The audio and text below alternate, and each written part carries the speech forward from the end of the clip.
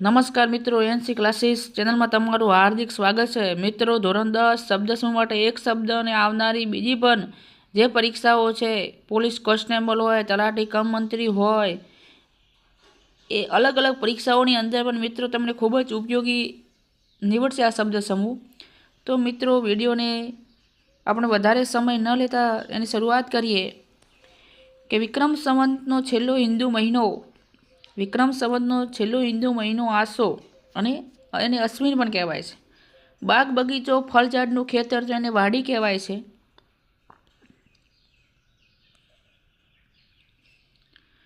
વાડી કહેવાય છે। માથા માથે બાંધવાનો એક પહેરવેશ પાઘડી, જેને પાઘડી કહેવાય છે। જે સ્ત્રીના પતિના મોટા ભાઈ, જેને જેઠ કહેવાય છે। આંખનો પડકારો તો એને પલક કહેવાય છે।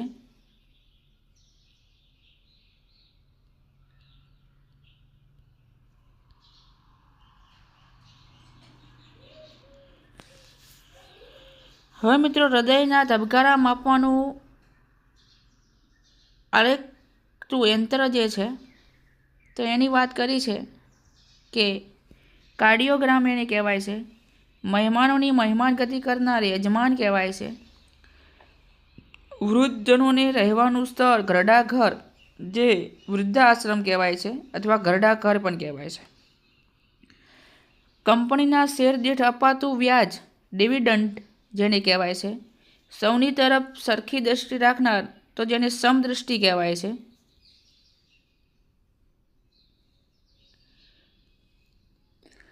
સંસાર પ્રત્યે રાગ કે અનાસક્તિ હોવાતે, જેને વૈરાગ્ય કહેવાય છે।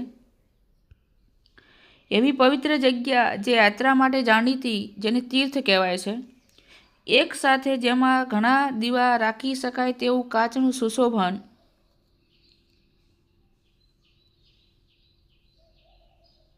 જેને કાચનું જે સુશોભન કહેવામાં આવે છે, જેને આપણે ગર્ભદીપ કહેવાય છે। ચંદ્રના ઘાટની સોના ચાંદીની જે ચમકતી, જેના પર અક્ષરો અંકિત કરી શકાય, જેને ચંદ્રક કહેવાય છે।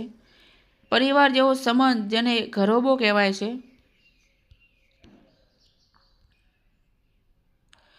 મિત્રો, અહીંયા આપણે એક સુશોભન, કારણ કે દીવા રાખી શકાય એની વાત કરી, કાનાવાળા દીવાની વાત નથી કરી, અહીંયા થોડી મિસ્ટિંગ થઈ છે।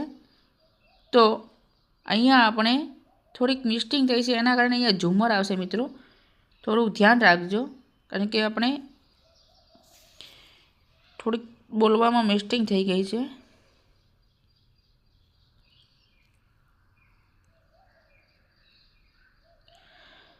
ચલો મિત્રો, આગળ વાત કરીએ।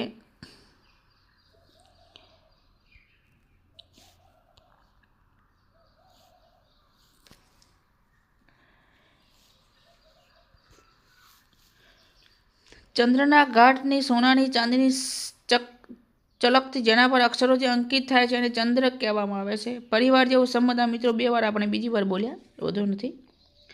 બીજાનું ભલું થાય તેવું કરી છૂટવું, તે પરમાર્થ આવશે। મલ કે કચરા વિનાનું નિર્મલ કહેવાશે। મનુષ્ય જીવનની જાગ્રત, સ્વપ્ન, સુષુપ્ત અવસ્થા પરથી ચોથી અવસ્થા, એ ચોથી અવસ્થા પર જાય છે, તેને શું કહેવાય છે? તો તેને તુરિયા અવસ્થા કહેવાય છે। 3 કલાકનું પ્રહર, જે સમય હોય છે, એને પ્રહર કહેવાય છે। ધર્મ તથા પુણ્ય થાય તે હેતુથી અપાયેલું દાન કે સખાવત, જેને ધર્માદુ કહેવાય છે। દિન ભૂખ્યાને જ્યાં રોજ અન્ન અપાય છે, તે સ્થળ સદાવ્રત, જે ભૂખ્યો છે અને ત્યાંથી અનાજ જે અપાય છે, જેને સદાવ્રત કહેવાય છે, હર હંમેશને માટે। છયા વગરનો ચોખ્ખાના આખા દાણા, તો સાગર જે કહેવાય છે, ડાંગર, અને સાલ જેને કહેવાય છે। પૃથ્વી અને આકાશ, જ્યાં સંધિ દેખાતી હોય તે રેખા ક્ષિતિજ। કણસલાને ખૂંદીને ગુણીને અવાજ કાઢવાની જગ્યા, એટલે ખલું આવશે।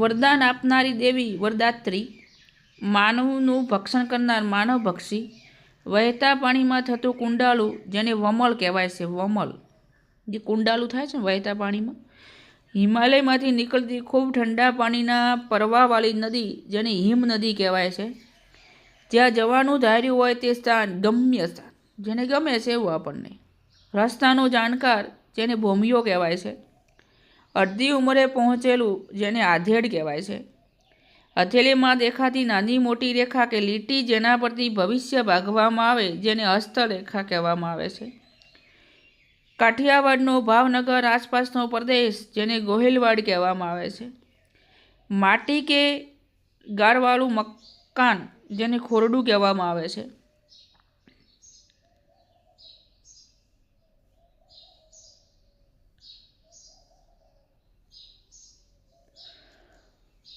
હવે મિત્રો મુશ્કેલીથી મળે તેવું દુર્લભ સાંજ પછીનું ભોજન જેને વાલું કહેવાય છે, સાંકડા મોઢાવાળો માટીનો નાનો ઘડો જેને ટોચકી કહેવાય છે, માતા તરફના સગા સંબંધી જેને માતૃપક્ષ કહેવાય છે, જેમાં કોઈ દેવને પ્રસન્ન કરવાની શક્તિ માનેલી હોય એ ગૂઢ મંત્ર જેને બીજ મંત્ર કહેવાય છે, સૂત્રમાં કહેવાની રેખણ રીતિ જેને સૂત્રાત્મક શૈલી કહેવાય છે, તત્વજ્ઞાનની વિચારણા રજૂ કરતો ગ્રંથ જેને દર્શન ગ્રંથ પણ કહેવાય છે અથવા દર્શન શાસ્ત્ર પણ કહેવાય છે તત્વજ્ઞાનને, સગાવાલાના જન્મ મરણ પ્રસંગે પાળવામાં આવતી જે આભળ છે જેને શ્રુતક કહેવાય છે, અનાજ ખાંડવા માટે બનાવેલું લાકડાનું પથ્થરનું પાત્ર જેને ખાંડિયું કહેવાય છે, મરણ પાછળ રોવું ફૂટવું જેને કાણ કહેવાય છે,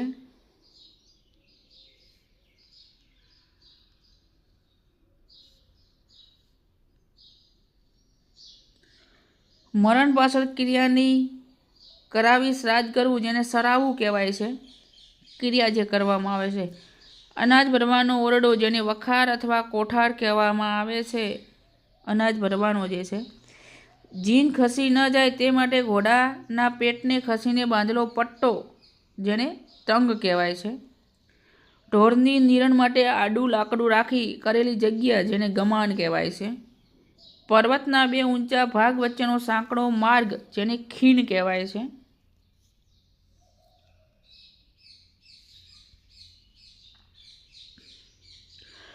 કુદરતી બરફથી ઢંકાયેલી જેને હિમાચ્છાદિત કહેવાય છે, શરીર મોટું પણ અક્કલમાં ઓછું જેને ડડસું કહેવાય છે, જેની પત્ની મૃત્યુ પામી હોય તેવો પુરુષ જેને વિધુર કહેવાય છે, વિધુર પુરુષ કહેવાય છે, પાંખોવાળી દેવતાઈ સુંદરી જેને પરી કહેવાય છે, ચોક્કસ સમયગાળાનું જેને મુદતી કહેવાય છે, ખોટું જેમાં ઈજા થાય તેવું જોખમ દુઃસાહસ કહેવાય છે, સગાઈ કરવાની વરમાળા તરફથી કન્યાવાળા સમગ્ર કન્યાદાન જે કરવામાં આવે છે અને જે સગાઈ કરવા માટેનું માગું એક પ્રકારનું એને માગું કહેવાય છે, તો કન્યાવાળા સમગ્ર કન્યાન કરવી તે એટલે માગું, ઘોડા બળદ વગેરે ખાવા માટે અપાતું અનાજ જેને જોગાણ કહેવાય છે, ઉછળે નહીં છતાં વેગવાળી એવી ઘોડાની ચાલ જે રેવાળ કહેવાય છે, ઘેટા બકરાનો વાડો જેને જોક કહેવાય છે, ઘોડે સવાર જેમાં પગ રાખે તે કડું જેને પેગડું કહેવાય છે,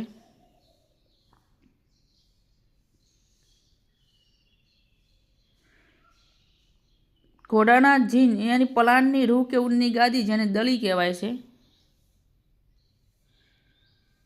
સાંકડો રસ્તો જેને કેડી કહેવાય છે, ઢોરને બાંધવાની જગ્યા જેને કોઠાર કહેવાય છે, પવન કે પાણીના વહનની વિરુદ્ધ દિશા જેને ઉપરવાસ કહેવાય છે, નદી કે કાંકરાવાળી જાડી રેતી જેને વેકુર કહેવાય છે, ગાયોનું ચરાવવા લઈ જવાતું ટોળું અથવા ગાયોનું ટોળું જે ધન કહેવાય છે, ઊંચે જઈ રહેલી સ્થિતિ જેને ઉન્નતિ કહેવાય છે, સબને ઓઢાડવાનું લુગડું જેને કફન કહેવાય છે, માણસોની અવર જવર વિનાનું જેને વિજન કહેવાય છે, સળગાવેલ સુગંધિત પદાર્થમાંથી નીકળતો સુગંધિત ધુમાડો જેને ધૂપ કહેવાય છે, ખેતર કે ગામની હદ જેને સીમ કહેવાય છે. પછી મિત્રો મહેમાનોને ઉતરવા માટેનું સ્થાન ગેસ્ટ હાઉસ, નવરાત્રિનો સમૂહ જેને નવરાત્રિ કહેવાય છે, અને મિત્રો આગળ જે આમ થોડી મિસ્ટિંગ થઈ છે કાણાવાળા ગરબામાં મૂકેલો દીવડો, જેને ગર્ભદીપ કહેવાય છે. અને મિત્રો રત્નોના ભંડારરૂપ સાગર, જેને રત્નાકર કહેવાય